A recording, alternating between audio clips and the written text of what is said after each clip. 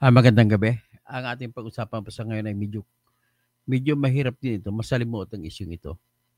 Ang tanong, pwede bang tanggalin o bawasan ang pensyon ng mga retiradong general kung sila po ay nagsasalita laban sa mga korupsyon at laban sa mga flood control projects at laban sa mga nakawan?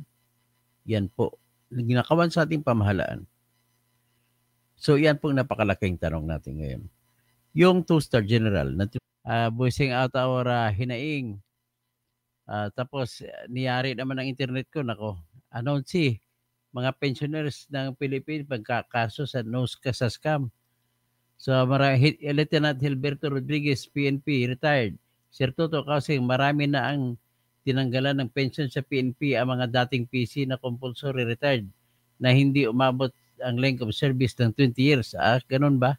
Sige, tatalakayin natin yan na Lieutenant Hilberto Rodriguez. Buksan ko nga vlog mo, nagbablog ka, no? Mary Jane Andrade na wala ng signal, kuya. Oo, naputol ang internet ko. Sabi ko nga eh. Nako, 50K ang pension ng sundalo. Magreklamo sa tama na tapisan at magiging pantay kaya nakakawawa ang mga farmers dahil sinira ni Digong ang pang-salary grade system.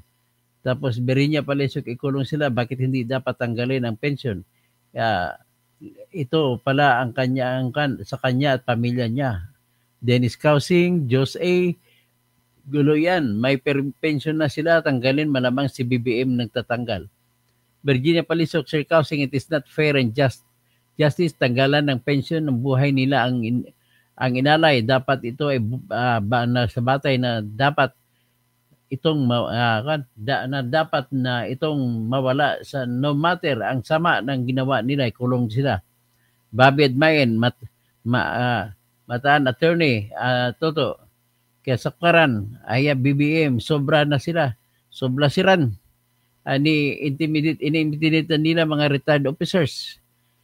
Lipiuso, po official, at tinandaan po ang barikada na sa bungad ng Mindula, bad wire na panilagay, barbed wire. Okay ba? Mary Jane Andrade, pang matalino lang ako dito, akawal, bubo dito.